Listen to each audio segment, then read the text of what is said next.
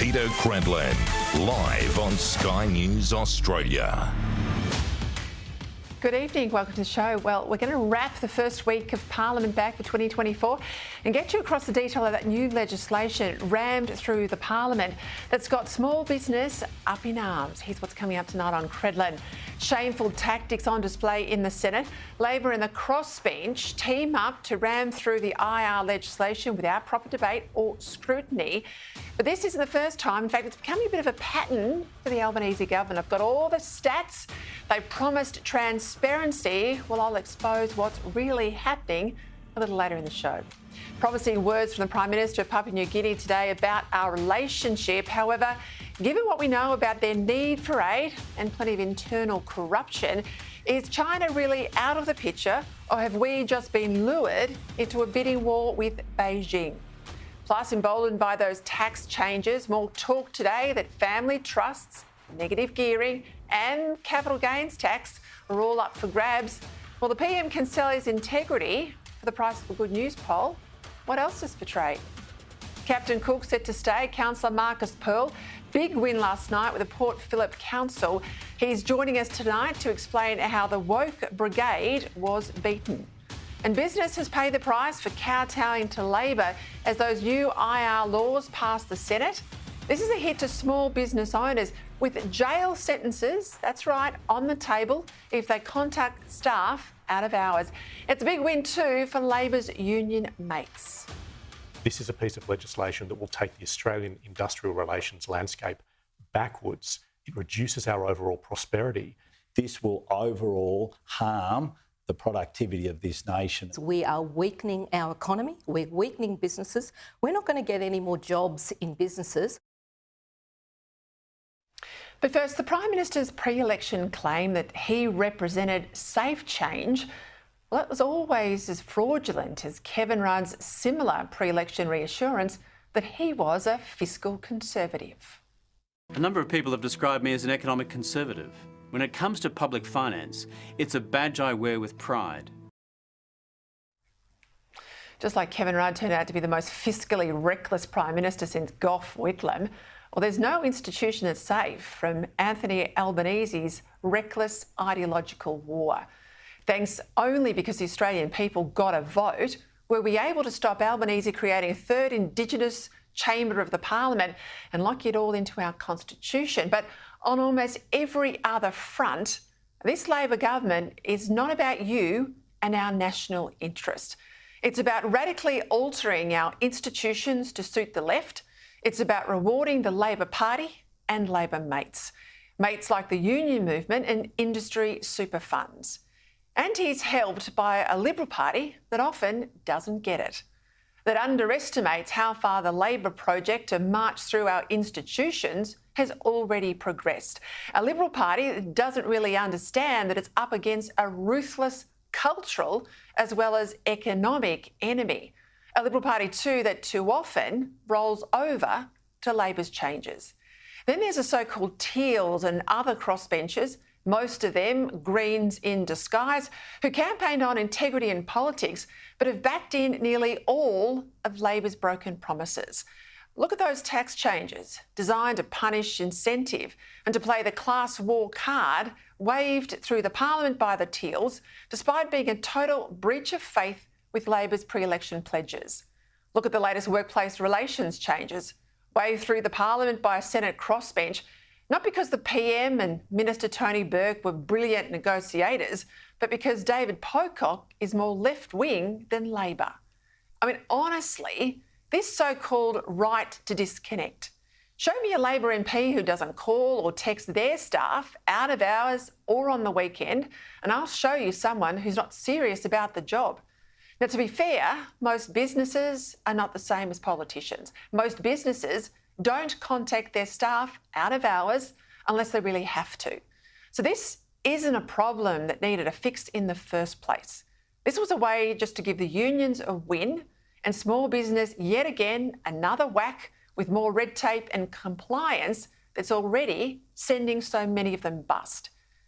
It is all of a piece with a federal Labor government that's dead set on remaking everything in its own leftist image.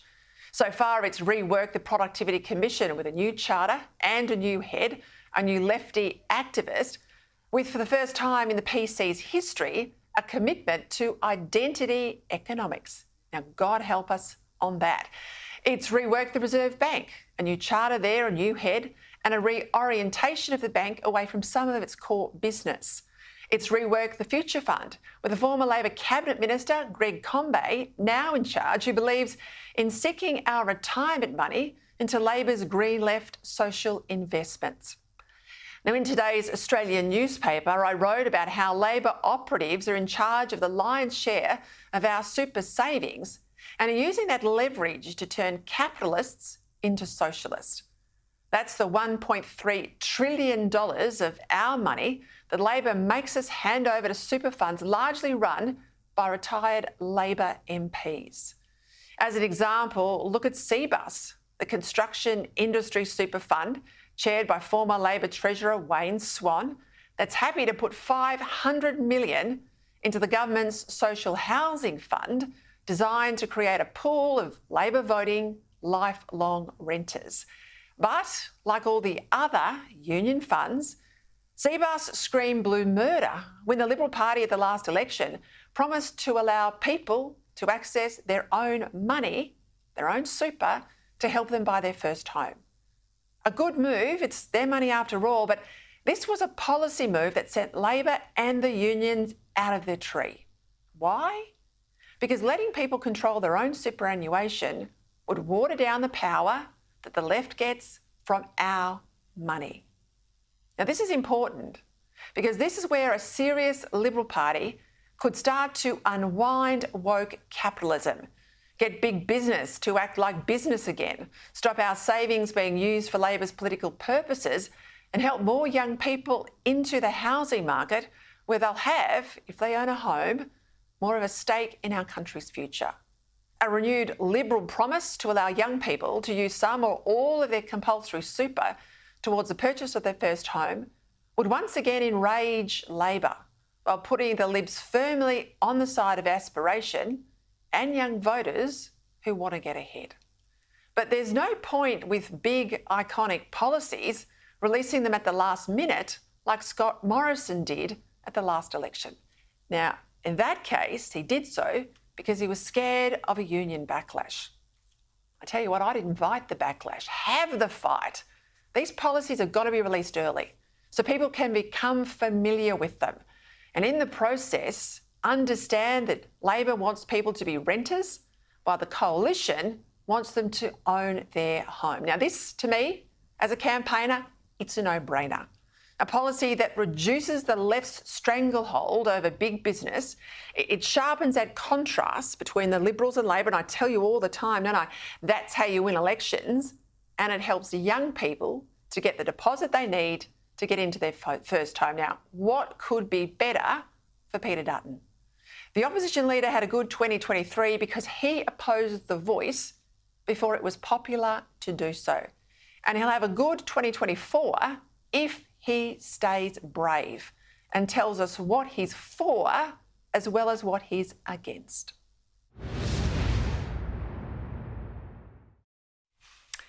Shenanigans in the Senate, a very busy week there in Canberra. We'll wrap it all now. Here's Trudy McIntosh with the headlines.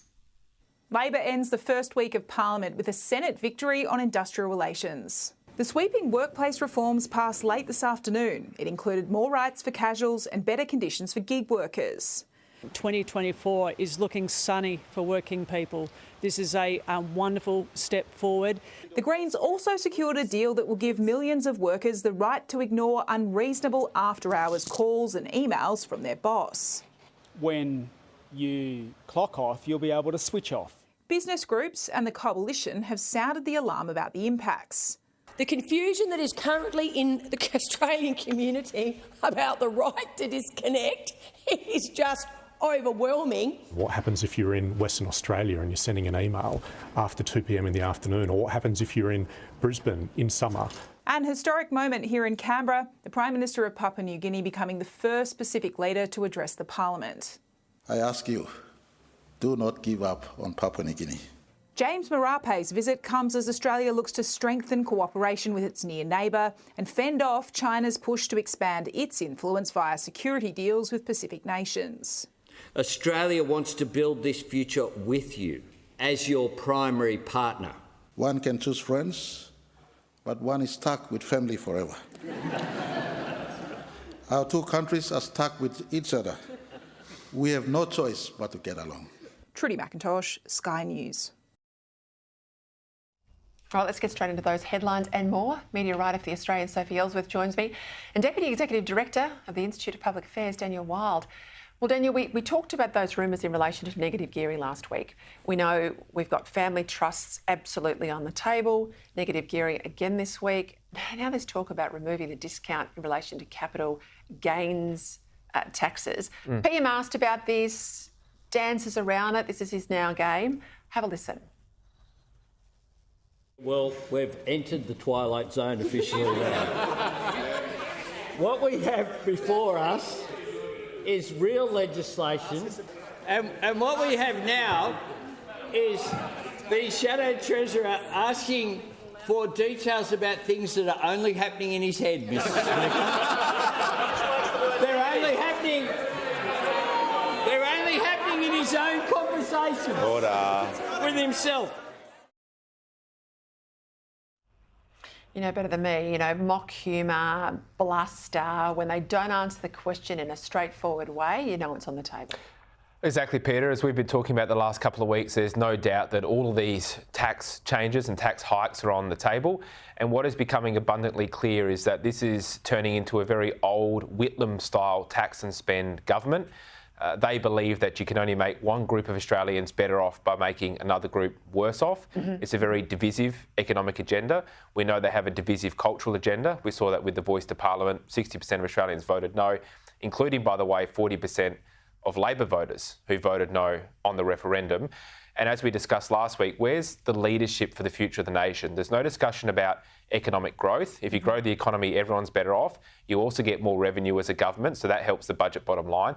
And there's no discussion about spending restraint. For example, their goal with the NDIS is to limit it to 8% growth. That's their ambition. So you've got spending growing at 8%, the economy growing at 3%. You've got a problem. So they're doing the lazy tax grab politics, and I think they're reverting to a very old-style Whitlam government rather than a Hawke uniting government. And just on negative gearing too, if middle to low-income Australians are going to get $14 a week from this tax cut change, we know with negative gearing, nearly 90% of people own one place. And we also know that most of them, 75% now, are on average earnings. So this isn't the top end of town. This is policemen, nurses, teachers, those sorts of average income earners putting away something for a nest egg. That's right. It's Joe the plumber and Mary the nurse that are saving for their retirement. Some of them won't have any super if you're self-employed. You might not have any super, and they're, in doing so, taking pressure off the pension system by funding their own retirement. There is potentially an argument around if you have 3, 4, 5 houses, well, OK, let's talk about that. But as you say, if you've got one investment property that you bought 10, 20 years ago, why are you in the firing line? This is the aspirational Australians that this government seems to be going after. And notwithstanding the states who are going after them with land tax grabs, particularly in Victoria. We know last weekend, of course, that grandmother was murdered, allegedly murdered by a 16-year-old with a knife. We've since found out that that 16-year-old was out on bail, God forbid, with armed robbery charges. The stats now bear out this massive increase across all categories of youth crime in Queensland. We've learnt today 2,000 under-18s have been charged with the state's new breach of bail offence since it was introduced last year. And today we get the release of Anastasia Palaszczuk's diary, In the Dying Days of a Time as Premier. You can see here, this is so illuminating to me, Sophie. Rome's burning and this woman struggling to have 6 meetings in a week. This is on Labor's head. This is on Miles and his sniggering. This is also on the Palaszczuk legacy as well. They have presided over this massive increase of crime in Queensland, haven't they? Absolutely, Peter, and the diaries of the former Premier were really interesting because there was no meetings that I could see with the police minister. It was meetings she had with other ministers.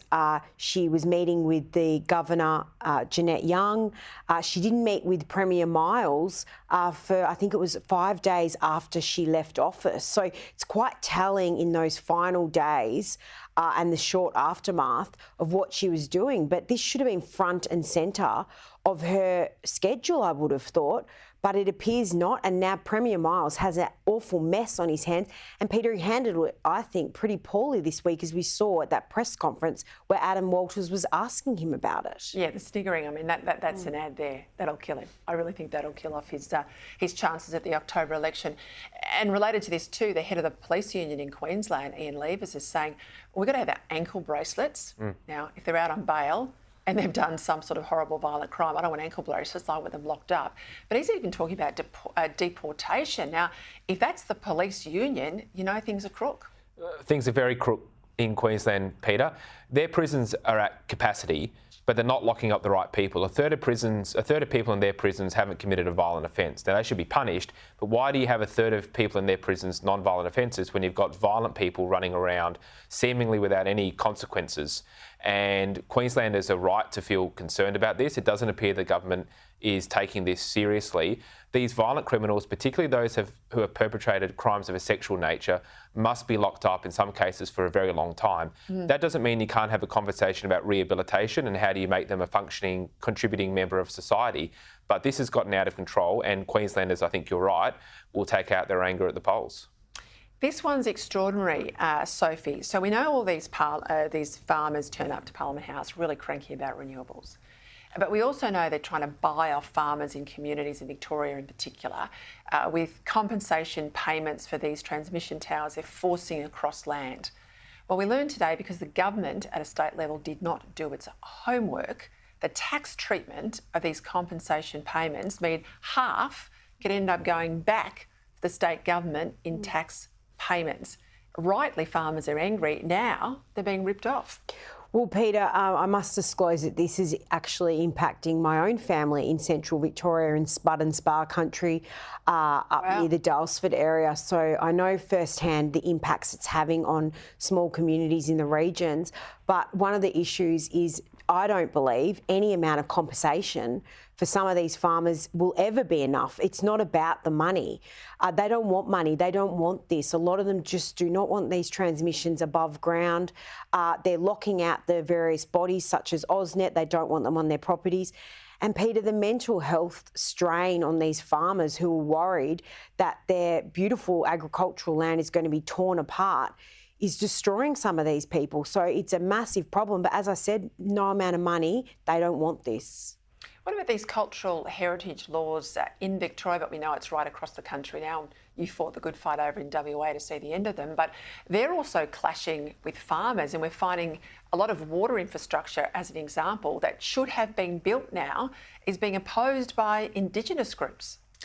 Well, that's right, and it was on your program that I talked to you from Katanning in regional WA that sort of made the local WA issue a national one, and we said, hey, this is going to happen, whether it's the Voice or whether it's these other local state laws, and that's exactly what's happening. And the key point here, Peter, is these inner city bureaucrats forget that the farmers are the ones that feed us, they feed the nation, they earn export revenue, which is critical to the budget bottom line, but time and time again they are put upon by out-of-touch elites who do not understand the practicalities of farming. The consequences are not just, as Sophie quite rightly outlined, in those communities, it's for our whole nation in terms of food security, water security, as you've identified. Economic security, it's a big driver in the budget, federal budget. That's exactly right. And I just think it's time for some of these bureaucrats to get out to the farms and talk to the farmers and learn what it is that's happening on their properties. All right, let's have a look at this picture I'm going to put up on the screen. It is of a licence plate in New South Wales. It says October the 7th. Clearly glorifying those Hamas attacks. The Roads Minister, John Graham, up there says the plates have since been recalled. But honestly, Sophie, how on earth does something like that get through in the first place? Well, Peter, pardon the pun, but there's people in the department asleep at the wheel here. There's automatic checking of number plates and manual, so they should be doing both. How did this slip through? And it only was that it was reported that action was taken. So really concerning, Peter, that who would want these number plates? How offensive. But the fact it got through, got on the vehicle and then took someone to report it. Yeah, and it tells you exactly the sort of characters we're dealing with in the community. Thank you both for your time. Thanks. All right, let's go to that big win. We know back in the early hours of Australia Day, of course, vandals attacked the statue of Captain James Cook in the Catani Gardens in St Kilda. This is in Melbourne, sawing it off at the ankles. And mind you, it's a bronze statue, so there would have been an angle grinder or something used, and there was spray painting there that the colony will fall on the plinth. Now, suggestions that the statue would be removed altogether met a very fiery pushback at a council meeting last night. Have a listen. I felt it was really important that we start to have those conversations, honest conversations about our history, and that we reflect upon the difficult parts and the not so difficult parts and find a way to move forward together. I think when we respond to acts of vandalism like this by simply shutting down the conversation. I have already given you warning. I will have to stop the meeting to have a security guard to come in. I'm adjourning the meeting for a moment to deal with the disruption in the gallery. Joining me now is someone who did a hell of a lot of good work last night, but in recent weeks, to put that statue back. Yes, he had a win. Port Phillip councillor Marcus Pearl. Marcus, thank you for your time yet again. Take us through what happened last night. We had a notice of motion brought to the council last night by one of the councillors you saw on the screen there to, I think, run a veiled campaign to stop the statue from being reinstated. The initial motion called for consultation, community consultation, but really that councillor was in the public domain all week saying that his firm view was that the statue should not be replaced. Now, this caused a large outcry from our community. Not one person from the public that came to the Port Phillip Council meeting last night disagreed with the statue being reinstated, and the councillors saw sense last night, and thankfully Port Phillip sent a very clear message that we won't be intimidated by those that want to bully us, and we won't kowtow to people that want to vandalise public property. When's your next council election? The Victorian local government elections are this November. All right. Name that councillor that tried to backdoor the permanent removal of that statue, please. So it's a Labor councillor, Councillor Robbie Nwagi, who put the notice of motion up last night. It was changed at the last minute. There wasn't much notice given to the community or councillors of this notice of motion arising. The first I heard of it was late on last Friday night. We had a spirited debate last night, that's true, and as you saw, one of the members of the gallery was evicted from the gallery, which is the first time in my almost 8 years on council that's happened. So it was a spirited debate. It was largely respectful, but common sense prevailed, and a clear order was provided to our council officers that our community and the council wants this statue reinstated as soon as possible. Yes, my audience has a long memory, so I hope they hold their fire until November. We'll see what happens. When we spoke just after this act of violence, we talked about the police investigation, looking at CCTV. Are we actually going to hold someone responsible here? What can you tell us? Well, and it begs to the point that this is why it's so important that we treat these incidences very seriously. They're acts of intimidation and they're calculated acts of vandalism. And if we just walk past these instances and let these people go, things could get out of hand and get a lot worse. And that's really at the core of why this statue needs to be returned. We've handed over a substantial amount, the council that is, has handed over a substantial amount of CCTV footage to the police, and they're continuing their investigation. But looking on social media, some of these people have a very perverse intent, and they're quite nasty and dangerous people in my view. Just quickly, Councillor, when will we see the statue back, and are you going to protect it better next time round? We're going through the process at the moment of making sure that we can get the statue reinstated as soon as possible. It's a heritage listed statue, so we're working with the state government. And again, I just want to thank the Premier for her support, the Labor Premier, and her support of making sure this statue gets put back up. Our officers now have a clear mandate from Council that we want the statue reinstated, and I'd hope that over the coming weeks we'd have a clear timeline and cost about how that's going to take place as soon as possible. All right, I'll leave it there. Well done to you And we'll be watching with interest that election in November. Thank you, Councillor Marcus Pearl there, Port Phillip Council. All right, after the break, shock revelations today that the amendments to Labor's new IR legislation could actually jail employers who might need to call their staff over the weekend. Plus, defence experts say the threat of conflict in the future is so real, we need to start stockpiling our military kit. And the son of convicted terrorist Ben Breaker facing serious police charges. More on that shortly.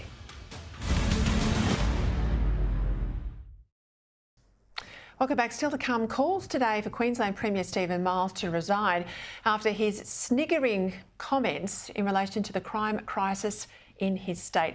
And more questions too about Labor's secrecy over that suspect electric vehicle modelling that Chris Bowen still refuses to release.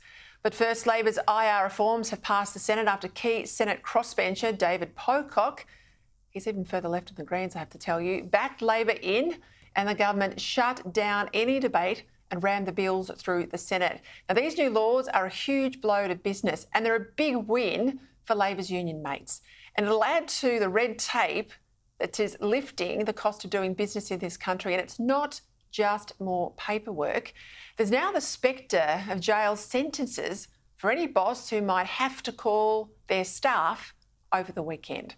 For more on this, I'm joined now by Shadow Attorney General, Workplace Relations Minister, Michaelia Cash.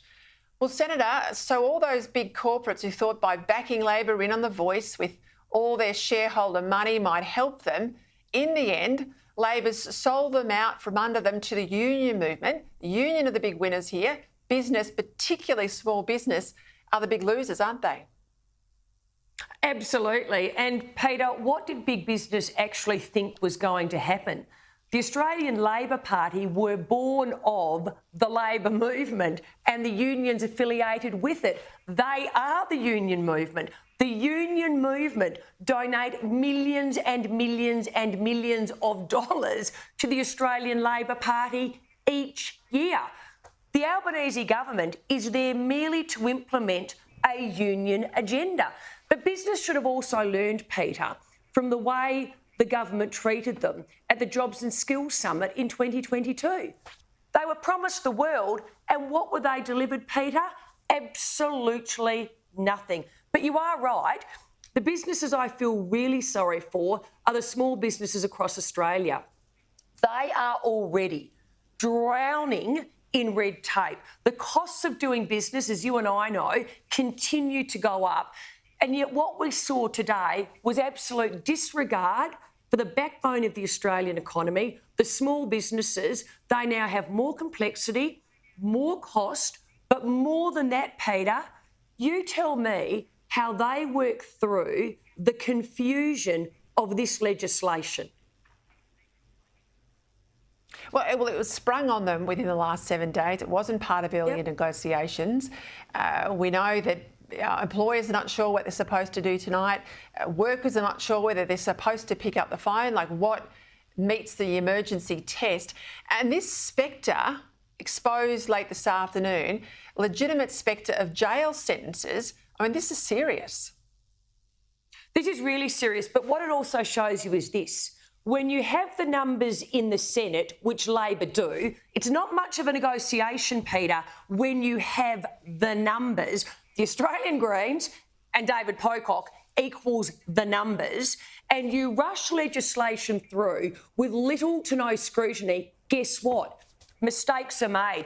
This chaotic handling today of the right to disconnect amendment by the Australian Greens has seen the Labor Party under Mr Albanese actually vote for criminal penalties for bosses who may call their employees after working hours. What a complete, total and utter farce. And let me be very clear. Tony Burke, you got to love Tony Burke, he is out there blaming me and the coalition. Well, Tony, I have this message for you. We voted against the Greens amendment. You voted for it. We voted against this bill. You voted for it knowing there were criminal penalties now in place for employers. A complete debacle, hardly surprising, Peter, because it was rushed through the Senate. But yes, you're right, Labor now have to clean up the mess they've created. What a joke. It's just another example of these Labor ministers, big on the rhetoric. They just do not do the detailed homework. They're not across what's in their legislation. No. It came through late this afternoon, but what? Wow. That's par for the course. Hey, late this afternoon we get the news that John Setka, the infamous John Setka, soon to retire now as the boss of the Victorian CFMEU. What's your reaction to this news? Well, it's about time. I think the building and construction industry in Australia have wanted this for many a year. He is without a doubt one of the most militant unionists in Australia. He is someone who has caused severe harm to the building and construction industry over many, many years. And ultimately, it's Australians who pay the price for this type of militant behaviour. But ultimately, Peter, guess what? Do you actually think it's going to stop the construction division of the CFMEU for undertaking their militant union activities? I think not.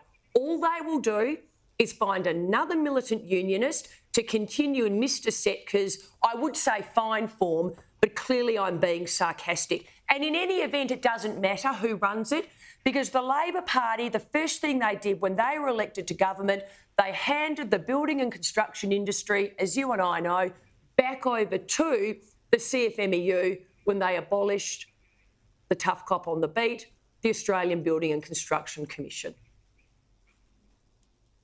I wrote in the Australian today about this relationship between industry super funds and Labor and how, less than 10% of Australians in a private workforce belong to a union anymore. So declining influence of unions, but how they get their power base back and funnel their money into the unions and the unions back into Labor is via our money in these industry funds. Now, there was supposed to be a watchdog investigation last year. It was announced, but it's still ongoing. There's been no result about this money being used for union campaigning and left-wing causes. What's going on? Oh, look, it's a very good question, but as you correctly identified, the Australian Labor Party have always marched to the drum of industry super funds. In fact, Peter, if you recall, one of the things they've tried to do was actually water down the consumer protections that we fought hard for in our superannuation system. They also have tried to hide the millions and millions and millions of dollars that are currently given to the union movement, the Labor Party, but also expended on marketing fees. This is Australians' money. It is your retirement savings. And guess what? The Labor Party, and this is the problem, when the Labor Party run out of their money, Peter, what do? They come after yours. They want to get their little paw prints on Australians' hard-earned retirement savings. Just before we go, your boss, Peter Dutton, said today that Queensland Premier Stephen Miles has got to stand down after, shocking response yesterday to serious questions within 24 hours about the murder of a 70-year-old grandmother in Brisbane. Yeah. What's your response? I think like any Australian who has watched that video, completely, totally and utterly appalled. He is the Premier of Queensland, the leader of that state, and he laughs at a question about one of the most serious issues that people will ever face, law and order. People's houses being broken into, their cars being stolen, assault, murder. Quite frankly, I truly do believe that given that reaction, he is not fit to lead the people of Queensland and he should step aside. All right, I'll leave it there. Michaela Cash, thank you for your time. Right, let's go now to some national defence matters. The Prime Minister of Papua New Guinea was in Canberra today in a historic address to the Parliament, asserting that the relationship between the two countries was good and solid. Now, that's a welcome sign, but how reliant are we on his word? We know PNG needs foreign aid, and the fact that China's made numerous advances to them. We all know about the corruption inside PNG too. I don't know, I think it's a precarious relationship still. To discuss it, I'm joined now by Michael Shoebridge, Director of Strategic Analysis Australia. I wanted to listen to the speech today at lunchtime. I want to believe the Prime Minister, the PNG Prime Minister, in his assurances. But is Beijing, Michael, really out of the equation? Well, Peter, I think you're right to stay concerned and focused, because it was a beautiful speech from Prime Minister Marape from PNG in the Australian Parliament, and some emotional speeches in return. I think that's genuine. But really, when Australia works with PNG and we offer $200 million of policing and justice assistance, we have to deliver, because Australia is only as good as our next game in PNG. It's not long ago we promised to electrify a lot of the country, and we've failed to deliver. So we've got to step up and deliver, because China is always there and always ready to step in, and they would love their authoritarian police model to be adopted by PNG. And look, all credit to the Albanese government here. I was actually shocked at the start of the remarks today to find that it is the first time we've had a national leader of a Pacific neighbour address our parliament. We've had Chinese leaders, for goodness sake, on multiple occasions. So I think that was well and truly overdue. Let's go down to this report in the Australian Financial Review today. This is about tensions between the Defence Minister, Richard Marles, and his department over funding. I spoke to Greg Sheridan last night. He was scathing. He said it's the worst set of ministerial arrangements he's seen in 40 years of journalism. And today in that report, one former Defence official said, of course, off the record, that Marles and his department are having one thing in common, and he said that one thing is mutual non-performance. Give me your take. Well, I think that bottom line is right. Richard Marles is not in control of his ministry. He's like an absentee landlord, and it looks like he thought commissioning a strategic review, a big document, then tossing it over the fence to Russell Hill meant they would change everything and do exactly what he wanted. He's been wrong. I think he's been naive and out of touch. And the Defence leadership look like they've got to the point now where 2 years into the Labor government term, they're going to wait Richard Marles out. And the real problem is Defence hasn't changed from 40 years of quiet, sleepy peace. It just hasn't got the memo, and Marles hasn't been in control enough to make them get the memo. What about your comments today? Because you said our Defence Force needs to start putting away some of our gear, not burying it, not getting rid of it, because our procurement timeframes have blown out. We're not getting the stuff we need. We better save some of the old stuff, you say, because things are going to get pretty dicey in the future. Well, Peter, this is just an example out of history. When you get into a war, you lose your top shelf equipment and you can't replace it fast enough. So just like we're seeing the Russians and the Ukrainians do, you look for the older stuff you've stored. But Australia has this nasty habit of throwing away the stuff we retire, or in the case of these pretty new Taipan helicopters, 45 of them, cutting them up and burying them. So really, this is another example of being out of touch with our current security environment. We shouldn't have disposal strategies for old stuff. We should have storage and mothballing strategies. Right, before we go, recently released convicted terrorist Abdul Nasser Ben Brika back in the headlines today. News that his son, who lives with him, is charged with the possession of a prohibited weapon at the Melbourne airport. Now, let's let the son's case play out through the courts. But Abdul Ben Brika released, albeit under strict conditions. How convinced are you that you can really reform, that you can be de-radicalised? Because just back in 2020, a Victorian Supreme Court judge said of Ben Brika, he posed an unacceptable risk. The judge says he exhibits no real signs of regret or remorse for his actions. I've seen reports from experts overseas. They think this idea of de-radicalisation is a fantasy. What do you think? Well, Peter, there is no good evidence of any successful de-radicalisation program anywhere on planet Earth with convicted extremist terrorists. So the UK has tried this. They failed. A released terrorist who'd been de-radicalised, so he said, then killed people on London Bridge with a knife. So the problem is the track record of de-radicalising is very, very poor. Say no more. Michael Shoebridge, thank you for your time. Right after the break, the tricks and secrecy that Labor's now deploying across the board in the Parliament. So much for transparent government. The Victorian parent too, who has removed his daughter from a boarding school after learning that she would be sharing a dorm with a biological boy. Boys transitioning, so we're told. And the royal author who says for the monarchy to survive, Harry and Meghan have to be obliterated. Uses that word after the break. All right, there's a lot left to wrap. Let's bring in my panel. Former Liberal MP Nicole Flint, proud South Australian farm girl, I might add, and Pauline Hanson's One Nation Chief of Staff and candidate too in the upcoming October state election, James Ashby. Well, welcome to you both. James, I'm still scarred with some of the stuff that Labor does in the Parliament historically. But you've been right to remind me they're back to all their old tricks. They're ramming stuff through.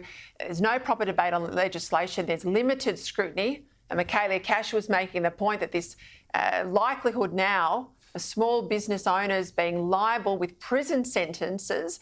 Labor let this legislation, this amendment go through. They're trying to blame everyone else. Now they're trying to mop it up. But the numbers tell a very interesting story. Have a look at this. In the previous two parliaments, these are two coalition parliaments, there was a total of 26 bills rammed through using guillotines.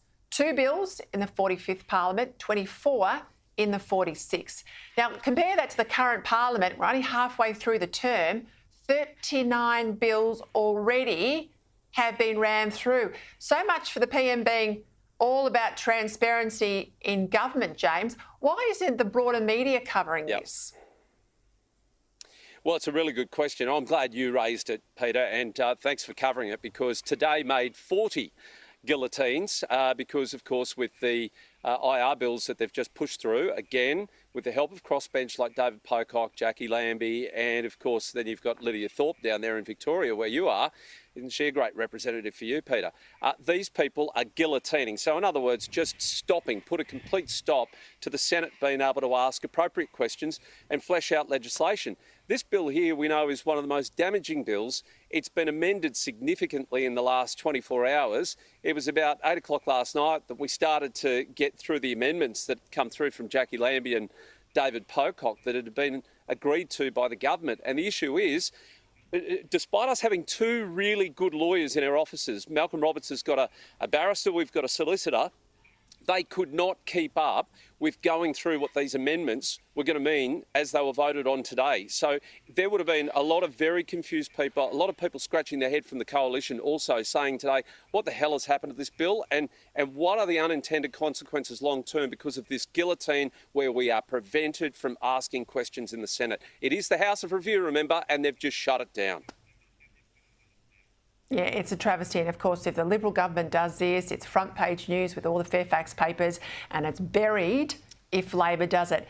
The other thing that's buried too is modelling being released. It's all the transparency standards, Nicole, that the Prime Minister promised. This vehicle emissions modelling, he was supposed to put it out there. He hasn't. Industry's calling for it. We find out today that taxpayers have paid $750,000 for this modelling. Now, if we paid for it, it all relates to his claim that going electric is going to be cheaper for all of us. Put the facts on the table. Why can't we see it? Precisely. Taxpayers have paid for the modelling. They deserve to see what it has to say. But, Peter, this is just another example of where we cannot trust the Labor Party. The Prime Minister, who said his word is his bond, didn't keep that bond when it came to tax cuts. And Labor has not kept their promise when it's come to cost of living. And this obsession that they have with electric vehicles can only lead to increased cost of living pressures on everyday, hardworking Australians. So we know electric vehicles are more expensive, and we need to see the modelling, which you've got to assume if they're not releasing it may suggest that that is actually the case. People will have to use power to charge them. We've got record high power prices at the moment. If one of the batteries fails in your electric vehicle and it's out of warranty, then it's a cost between $12,000 and $35,000 just to replace the battery, depending on the model. And that's before we even start to consider the huge cost to the Australian public of private and public charging infrastructure and having enough supply to even charge all of these cars if they're let into the country. And then, of course, there's the very serious issue of what tradies, farmers, rural and regional residents, grain nomads will do if there is no longer the supply of four-wheel drives that are powerful enough to do what they want to do in life, whether that's running a business or touring around the country. I'll get a comment from both of you on this. I'll start with you, James. This is the decision by the South Australian Premier to block Labor MPs from supporting the independence push in South Australia for a gender dysphoria inquiry. Now, this is the third attempt for an Australian inquiry. There's been plenty of them overseas. It's been stopped in Victoria, where Redeeming put it up. She was knocked back. Your boss, Pauline Hanson, put it up federally. She was knocked back. If we're all so sure, the activists are so sure this is the right thing to do for young people, let's put the experts on the spot, let's have an inquiry. What are they scared of? Well, this is a big problem. Sarah Game is our upper house MLC there in South Australia. Of course, she's going to have a lot to say about this. What is the problem with discussing this openly? I know in the federal sphere we've sat down with parents whose children have transitioned and they are just so regretful they ever allowed their kids to go through with this problem. Now, the best people to speak about this is some of those kids that have been mutilated by doctors and physicians who gave the all clear for these kids to get the operation. Some of these kids will never, ever, ever return to normal functionality. Some of them, with their mental health these days, it never turned out the way they thought it would. They were sold a pup, and sadly their parents went along with it instead of standing up for the rights of their kids and saying, listen, wait till you're over the age of 18 to make this proper decision for your own sake and for the rest of the family's sake too. We don't want to see you scarred for the rest of your life. This should have gone through. It would have been the first in the country. It's a shame it's been hit on the head. And Nicole, I made the point overseas, we've had these inquiries, it's radically changed policies over there. We're doing policies in Australia that are 10 years old that have been abandoned by other countries. We learned today too, a father at Geelong Grammar has taken his daughter out of the school because she was set to share a dorm with a transitioning student, so a biological male, and the parents aren't even involved in some of these decisions, are they? No, that's right, Peter, and hugely concerning for parents who take the big step to send their kids to boarding school for whatever reason. I went to boarding school. You want to know that your child is going to be safe, and for most parents, you make the decision that it is a single-sex environment because kids are not supervised 24 hours a day, obviously. So I can completely understand why this parent has done what they've done. But back to the South Australian Labor Party, what a pathetic display by Premier Peter Malinauskas this week to not stand up to the left of his party, I assume, to allow Labor MPs, of which there are some very good social conservatives who share the rest of our concerns, that are we putting vulnerable young kids at risk, children who cannot make an informed decision as an adult about treatment that may have life-changing ramifications? All the inquiry wanted to do was explore precisely what the treatment procedures are, what the support is in place for kids, and are we doing the right thing? Are we undertaking our duty of care properly to children who most need our protection? Because we do not want children in 2, 5, 10 years' time coming back and saying this was negligent, I should never have had this treatment, my life has been ruined. I've got to leave it there. I'm out of time, but I couldn't agree more. Thank you both for being with me on Thursday. I'll be back, of course, on Monday night. I missed that clip for you from a royal author. I'll come to that. He says the Sussexes have got to go. Andrew Bolt will be up after the break.